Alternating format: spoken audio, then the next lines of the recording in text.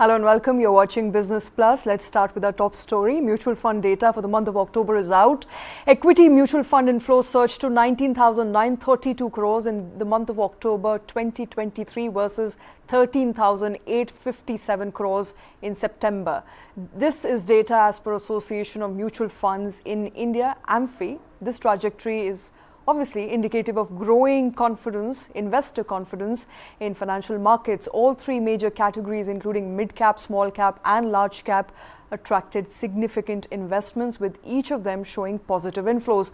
Overall inflows in the 47 trillion rupees Indian mutual fund industry went up in the month of October. Net inflows were at 80,586 crores. Inflows through SIPs or systematic investment plans continue to go up in October, almost at 16,928 crores from 16,042 crores a month ago. Although that data coming in right here, we're hoping to break that down. Karthik Malhotra joining us here in the studio. Karthik, hi, good afternoon. Hi, good afternoon, Shweta. Well, a good day to talk about mutual funds as we are looking to close the week. Interesting numbers coming in there. More confidence this month as opposed to last month. This has been the trend now. So thankfully, Shweta, the September lull in the mutual fund industry, that has been reversed in the month of October. So we were almost at the same levels, 21,000 crore rupees of net inflows in the month of August, which dwindled to about 14,000 crore rupees in the month of September.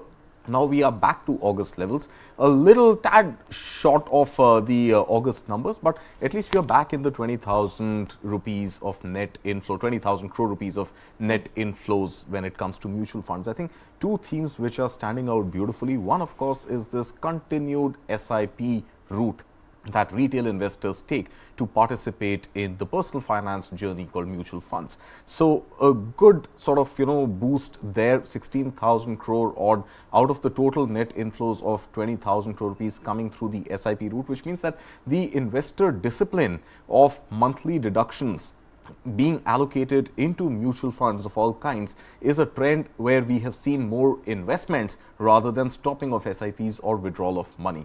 I think the second headline that really stands out is that pretty much like the markets, despite very high valuations that we've seen of late, and even the war in the Middle East or Far West, as we like to call it, as well as the overall scenario when it comes to oil prices and the pressure on the Indian rupee vis-a-vis safe haven dollar investments going up, dollar index rising, etc. We haven't seen, despite that, the Indian markets have held ground, and overall the valuations seem to be a little high. But despite these high valuations, we haven't seen retail investors chicken out and cash their profits. If anything, quite the reverse. We've seen more bullish sort of approach with the rising numbers. For the fourth time, I think, in this year, in this calendar year 2023, we have again seen net inflows rather than outflows. So I think that story continues to be intact. Pretty much like the equity markets, it's the small caps which are shining the light. I mean, come to think of it, small caps are doing consistently well. Days on days, weeks on weeks, we continue to track markets here. Small cap companies are also doing extremely well. What's happening here? So I think it's fairly evident that even the mutual fund AMCs are dipping into the small cap bucket, because that is where the demand is. Consumers are buying small cap stocks. Those stocks obviously are rising. There is growth momentum palatable in the small cap, even in the mid cap, but more so in the small cap space right now, and that is what the mutual funds are also buying. So overall, I think this rally of small caps, which is so obvious day on day when you track the markets, is also a trend which is visible in the indirect stock market investment through these baskets of stocks in the mutual fund industry. So two themes: SIPs continue to roll. Three, in fact, SIPs continue to roll. September downturn outflows have been turned around, converted into inflows. We are back at August levels. Fourth straight month, not straight, but fourth month in the calendar year where we've seen net inflows, and small caps giving wings to the mutual fund investment industry. And retail investors saying mutual fund sahi hai, perhaps? Mutual fund sahi hai, small cap is more sahi for them right now the risk reward ratio. All right, and that is as far as mutual funds for the month of October is concerned. But shifting focus now, the Indian government is set to be actively working to streamline approval for Elon Musk and Tesla's entry into India by January of 2024. It aims to have all necessary clearances by that time. A report suggests that Prime Minister's office recently assessed the next phase of EV manufacturing, including Tesla's investment plans for India. In fact, Commerce Minister Piyush Goyal will be meeting Tesla chief Elon Musk in the US next week. Tesla plans, remember, to set up an Indian factory manufacturing a $25,000 car through India and hopefully sourcing most of its components, including establishing charging infrastructure here in India. Whether that's going to happen or not, we don't know, but let's discuss that further. Lloyd Matthias, angel investor, joining us on the show. Also joining us is Barnik Chitran Moitro, managing partner at Arthur D. Little. Barnik, Lloyd, thank you very much for taking time out. Lloyd, I want to come to you first. Lots of news items coming in, a flurry of, in fact, news items coming in as far as Tesla's big entry into India is concerned. Now, what will happen first? Are we going to get a Tesla car first, or will Tesla first set up a factory? Which of the two likelihood, or the chances of which of two is higher? Hey, thank you, Shweta, and hello, Karthik, and hello, Barnik. Hi, Lloyd. Hi, Barnik. I think just before diving into the debate, I think, Shweta, I think the reality is two. I think one is, this issue of Tesla coming in kind of heats up. It did happen last winter. I think it's coterminous with the rising pollution levels and obvious concerns in the corridors of power. The second, which I guess is, also a factor, is that I think we are prepping for a series of big announcements leading all the way up, before the code of conduct comes into play for the Lok Sabha. But given these two things, I think the reality is that there is, as one reads about, there is definitive, information that Tesla is likely to come into the country in 2024. Whether the manufacturing facility will be a precursor to them actually importing cars at a reduced duty.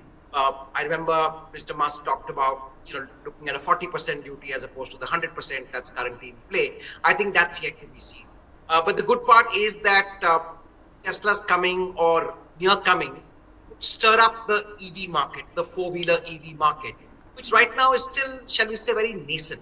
There are half-hearted plays by, Tata Motors and MG Motors, and there is a strong play in hybrids from Toyota and Maruti Suzuki. So I think clearly Tesla's coming in will stir up the EV market, and just given our pollution levels and the need, in terms of India's larger commitments to climate change, I think that would be a very positive development. Thanks, Lloyd. Barnik, let me bring this to you. There's a question I want to ask you fairly obviously. Is Tesla, in your mind, getting a free pass, a free ride into India with this possible potential reduction in import duty from as high as 100% for a car priced over $40,000 to as little as 15% for a fully built electric vehicle? Now, before you answer that question, I also want to run you through some numbers. Now, if this 15% import duty actually does materialize, then the Model 3, which is one of the best-selling Tesla cars in the US, if that comes to India, look at the numbers. The price in the US at about $38,900 odd dollars, converted at 84 rupees to a dollar, will make the price somewhere in the range of, maybe about 39 lakh rupees with the 15% import duty added, maybe about lakh and a half of handling charges added. So at 40 lakh rupees, you get a Tesla Model 3 here in India with just a 15% duty. Is it fair on the investments made by Indian manufacturers, Indian players in shoring up their own EV fleet? Yeah, so I think let's take a step back and understand if there is a policy, what will the policy look like? I think it's highly unlikely that there will be a policy specific only to Tesla. If there is a reduction in import duty for fully built EV cars imported, it will be applicable to all manufacturers. No doubt, Barnik, I agree. But is Tesla the seeming driver in the policy change seat right now? Because we've also read that, the FTA with UK is also under discussion primarily on UK built electric vehicles to make an entry into India. So if the duty change happens, it is going to be, prevalent for all players who want to build and export fully built units of electric vehicles in India. But does Tesla seem to be in the driver's seat of that change in policy? And hence, is it a free ride, free pass over the investments made or being made by Indian players? No, that's why I disagree. There is no free pass or free ride, right? Okay. if you look at all markets around the world, and let's look at a market like Norway, where actually electric vehicle penetration is now close to 75-80%, it is very hard to drive passenger car EV mobility penetration unless there is aggressive subsidies given by the government, right? Now, here we are not even talking of consumer subsidies, we are talking of reduction of import duties. That's right. So if India really wants to convert its four-wheelers into electric mobility, right now we are selling less than 100,000 EV passenger vehicles in India today. It's less than 4% of the units sold. So I don't think anyone has made any significant investments because people are not seeing the numbers and people are not seeing the entire value chain. Now, I would say the way to do it, right, is if you are reducing import duty, that must be done for a finite period of time with the explicit understanding that a domestic manufacturing ecosystem will be set up. What's the beauty of Tesla? Let's look at what Tesla has done market after market. You can look at Germany, you can look at China. They always enter these markets by importing fully made vehicles. Yeah. And then they bring the full supply chain and ecosystem with them, which includes battery manufacturing, which includes charging, right? And they build out the ecosystem. That's now, right. if we get a little bit of a lower import duty of it, and here I'm not even talking of subsidies, right? I think it's a reasonably good deal for India to build the ecosystem out, right? So yes, Tesla's at the forefront of it, but I would not call it getting a free ride, because if I look at other countries, in the US for ages, there was a federal subsidy of nearly $15,000 on an electric vehicle. We are still even not got there where we are offering subsidies on electric vehicles.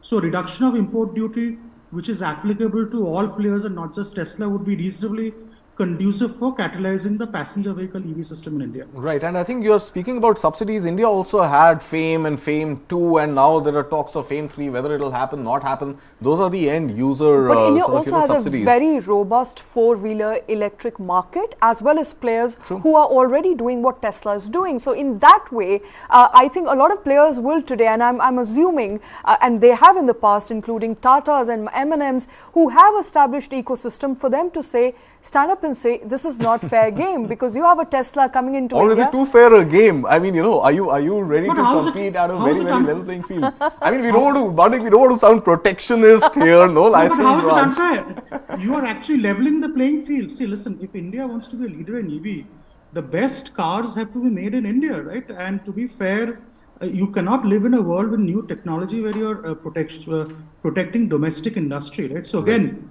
there has to be a fair policy. I think production-linked incentives are also given to domestic players. Rationalizing import duties, particularly for a strategic priority for the government. Because remember, this is not just about pollution. India has, in my opinion, once in a lifetime opportunity to be a global automotive hub and a leader of electric mobility. We are already there in two-wheelers and three-wheelers, right? Now, if we have to get there in four-wheelers, right, we have to catalyze investments, right? For that, if you have to rationalize the import duty structure a bit, I won't cry foul saying that it's actually leveling the playing field, right?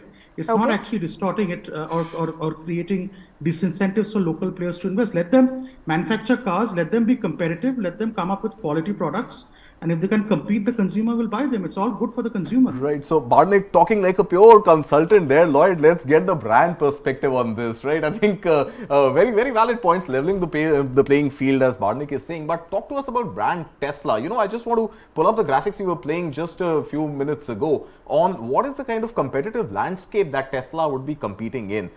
We believe here that perhaps, at this calculation that we had done of about 40 lakh odd rupees for a Tesla Model 3 in India, it seems like it's going to fit in very, very squarely in the middle of this gap right now which exists, where there is no EV priced in that range. I mean, Tesla being an aspiration, no premium EV priced in that range. I mean, look at the MG or the Hyundai Kona Electric, in the range of 20 to 25 lakh rupees. Move on to perhaps, other cars like the BYD, which again, we don't know what is the fate of BYD going to be in India, but BYD upping the game slightly in the 30s, low to early 30s range. And then you've got the next wave really coming, this entire gap of 10 lakh rupees vacant right now with the Hyundai Ioniq. Now, you've got absolutely nothing in between from that 33 to 50 odd lakh, 45 lakh price range. And this is where the Model S could come in. Now, you know, as a brand evangelist, as somebody who studies brand, Lloyd, I want to ask you, is this really going to be the sweet spot? Because who would want to carry a sticker of a Hyundai or a Kia when you can get a Tesla at that price? I think Karthik, brand Tesla and all that Musk has done has certainly been very disruptive. And just as Barnik said, I think Tesla would like to come in initially, with their fully loaded imported car, and then over time build out the ecosystem. But having said that, and being based in Delhi, I think I must draw the perspective that the real change in the market, given the fact that vehicles are a big contributor to the large pollution menace, is down the hierarchy, starting with 2 and 3 wheelers, then with public transport and the last fleet operators, and then the private 4-wheeler passion drivers. I think when we're talking about the 40 lakh, we're still talking about that relative fourth order in the hierarchy of 2-wheelers, 3-wheelers, public transport, fleet operators. You're still talking about the private vehicle owner, and that will make a small dent into the larger concern about climate pollution. Having said which, on the brand front, there's no denying that the Indian automobile market, specifically the EV market, needs a big shakeup. I think Tesla and all that it promises and the excitement is generated in markets, starting with the US and then Germany and China, clearly will make a big difference. So it will, in a sense, revolutionize the entire EV market to a large extent, starting with a lot of private vehicular manufacturers. And it might suddenly put the other two competitors, namely, the CNG market and the strong hybrids. You're seeing a lot of play in the hybrids. It might put that in the shade. So once the ecosystem gets built out, once there are adequate e-charging stations and charging points, once range anxiety recedes into the background, I think that can make a significant difference. So brand Tesla is certainly something that is going to attract a lot of eyeballs, but initially largely within the private 4-wheeler owners and the higher end of that, not the entry-level segment. So I think it'll be some time away before it becomes a massive. But image-wise, in terms of what it can do, the shakeout would be huge. Absolutely. I mean, who doesn't want to own a Tesla? The dream of owning a Tesla, I think, our household really depends on the price point at which it enters. I will actually wait for the Tesla manufacturing to be set up in India. I'll wait for 2 years, get that sub $24,000 car price at 20 lakh rupees, because 40 lakhs is something I can't go for right now. Not right now, but I'm sure you can in a year or two. But thank you very much, Lawyer Matthias, for joining us. Today for this very important story. I think, Karthik, going back to one of the discussions that we were having on 2-wheeler EVs just about a couple of months ago, the concern was that what do you do first? Do you really set up the infrastructure? Do you incentivize having that vehicle? So, which is what, Shweta, if you remember, I think if I can attribute it to Shubhendu Jyoti Sinha of Niti Aayog, he had said that I think the rate at which the charging infrastructure will come up is going to outpace the rate at which electric mobility would be adopted in India. So I think the government is fairly clear that charging infrastructure is going to be set up ahead of the rollout of more and more electric vehicles. Which is where Tesla becomes more important. And Tesla brings in both, brings in the electric vehicle and is also keen to bring in the charging infrastructure and lay that out across the length and breadth of India. So I think it's definitely a win-win for India if Tesla comes. However, the commitment to manufacture in India 2 years, 3 years hence is imperative. But again, I think the question unanswered is that Tesla may agree to do that. But if you lower import duties, will you be able to convince everybody who wants to avail of that 15% lower duty to make in India? All right. So those, of course, are conundrums that the government will have to fight. But Barnik Chitran, Moitro, Lloyd Matthias, thank you very much, gentlemen, for joining us on the show today. Moving on now, salary increases for tech professionals moving to a new job have seen a sharp decline this fiscal year. Top IT companies are scaling back hiring efforts due to a slowdown in tech service demand. Software services firms are currently offering 18 to 20% hike for new joiners. This is lower than the hike of almost 40 to 100% offered a year ago. There's also an overall reduction in the headcount figures at IT firms. Top IT firms have reduced their headcount by a total of 21,000 employees in the past quarter itself. Who's at the receiving end and why? Let's talk about that. Prabir Jha, HR Strategist, founder and CEO of Prabir Jha People Advisory, joining us on the show. Prabir, thank you for taking time out. What's happening with the IT firms? There's a reduction in headcount. There is a reduction in the jump you would otherwise get to a tune of 40 to 100%, now come down to about 20%, literally half. What's happening at IT? Shweta, thank you for having me on your show. And, old expectations, old experiences, when they don't come your way the way you want it, there is disappointment. But increments, revisions, and crossover invitations are all reflective of the business environment. The IT industry is under pressure. And, with recruitment being more restricted, and with the market generally slowing down, it is imperative that the crossover incentives that you had will come down. So that is the first part. I heard you also talk about that, what used to be 35-40% a year ago is now this, and I would not be surprised if it comes lower. I would not even be surprised that people choose to change jobs for the right experience, even on a virtual flat salary change. Because today it's all about trying to pick up new experiences while not expecting huge revisions. So it's the macro economic sentiment, it's the industry sentiment, it is reduced hiring, and at the end of the day, talent understands that if you want to kind of get into an exciting role or a worthy role, don't at this point in time be stuck up on high salary invitations. Prabir, while of course we understand, appreciate the macro environment out there in the US and that sort of cascading down to India and IT jobs, but is there another killer on the run called artificial intelligence? Are entry-level jobs under threat with the advent of AI? Is that a trend that you, being somebody who staffs IT firms and has enough experience in placing people in IT sectors and beyond, is that a real and present danger right now? Because AI is doing pretty much all the jobs out there, and entry-level simple coding jobs are one query away for any company to get generated using Gen AI. Is that a real threat that you see? Yes, it is a threat. I mean, we don't know how deep and wide it will be. It's still early days, but it is. And the fact of the matter is that even the offers that are coming the way to potential talent is not really for routine jobs anymore. Companies are interested in hiring people. So what can the first jobber really do, Prabir? I think, it's important, all those, first jobbers out there, youngsters out there who are watching this show, watching techies out there, what is it that they can do? Because they can definitely not fight AI. So is some sort of AI experience or understanding how to generate queries on AI tools now part of the requirements for the role, even for a first jobber? And how should these techies really arm themselves for the future?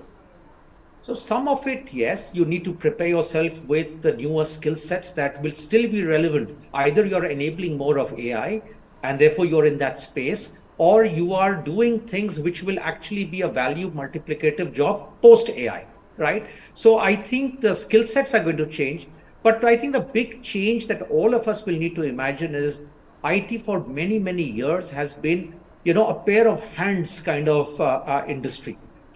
You just need people and people and people. And that is what was the nature of business. And that's why you said 70 to 80% of your operating cost was manpower cost. I think it will get more and more niche. It will not necessarily look at the numbers of people that it has historically been looking at hiring. And the compensation trends will continue to change and evolve with the nature of skill sets as is relevant in the near term. Because we are talking AI today, we don't know 3 years from now what shape and size and therefore what newer skill sets will be needed. So redundancy of skills will be important. The ability to pick up new skills will be important. And let's also be honest that, especially when people are coming from campuses, etc., there was a time when it was a boom era. Anyone and everyone was hired because we believed we could train people to be a coder. I don't think IT companies want that to run risk of liability, and also that they want more value accretive resources immediately. So for all the techies out there, give us a cheat code, Prabir. Take out, from your staffing and headhunting hat, take out a magic trick and tell us what should techies really arm themselves with right now, immediately, to get a better job that AI cannot do. What are those 1 or 2 tools that they need to really arm themselves with if they want a job in the IT sector? Now, if they are very clear that it's a good question, if they want to be in the IT sector, today I tell a lot of people, why do you necessarily restrict yourself to IT? At the end of the day, there are sectors which might still leverage your skill set beyond hardcore IT or IT services companies. But having said that, I think it's very important that a lot of their skill sets that they should be trying to acquire will be around AI. There is no running away from that. And unfortunately, with the startup winter, the other opportunity of experimenting with maybe more niche kind of opportunities of entrepreneurship have also waned. And therefore, this crisis seems to be a little more bloated than what may be there. But of course, you need to kind of really be focused on AI as a very important area of building new skills, at least in the foreseeable future. All right, Prabir, before I let you go, just a yes or a no question, a lowered trend of a lowered hike in money that you're getting, compensation, is that trend likely to continue through this year? In terms of job offers, the quality of job offers, compensation? So, I believe that it will be very, very role-based, very role-based. There will be people who will still continue to command a premium and will negotiate tough because they are tough to get. But on a volume level, yes, I think the demand is going to be muted. It will be more specific, and therefore more people will scramble for the same jobs. Right. Simple demand supply economics, the offers are going to be more muted than they have been historically. All right, so scale yourself. I think that's the message coming in. Prabir, thank you very much. Thank you for taking time out. Thank you for speaking to News9. And with that, it's a wrap on the show. Thank you for watching.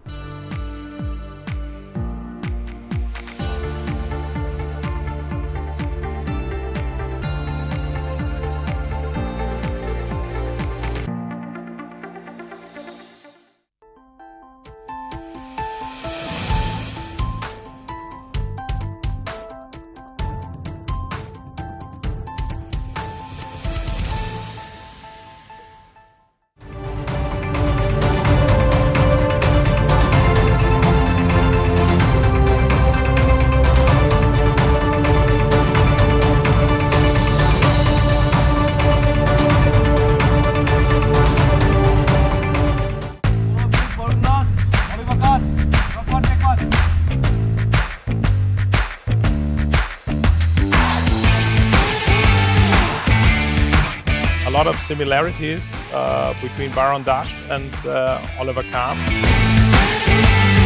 Champions like him are not born every day. And I also like this format that is not only question and answer. After 15 years, football legend Oliver Kahn returns to India. 15 years ago, he was here for his farewell match. This time, the former German goalkeeper and Bundesliga star is a guest on season 2 of the award-winning show Dialogue with Barun Das.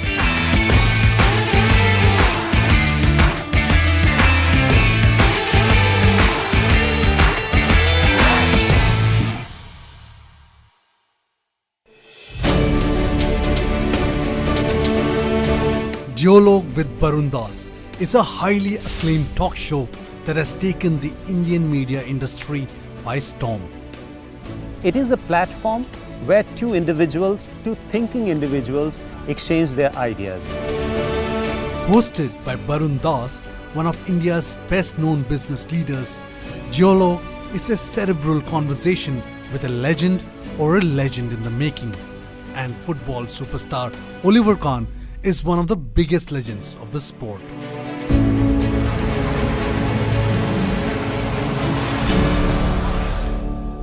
If you have to define German football royalty, Oliver Kahn will be one of the top 5 names to come to my mind. Being a goalkeeper, Oliver Kahn got that state of glamour parallel to a striker. So in 1982, Schumacher was the Germany goalkeeper. After that, Schumacher, next so many goalkeepers came, but Oliver Kahn was the best goalkeeper. He can be a dormant volcano, he can be an active volcano. The fact is, his aggression defines football. And one of the best goalkeeper ever in world football. And the way he has shouldered the responsibilities of the German football team makes Oliver Kahn a very unique person.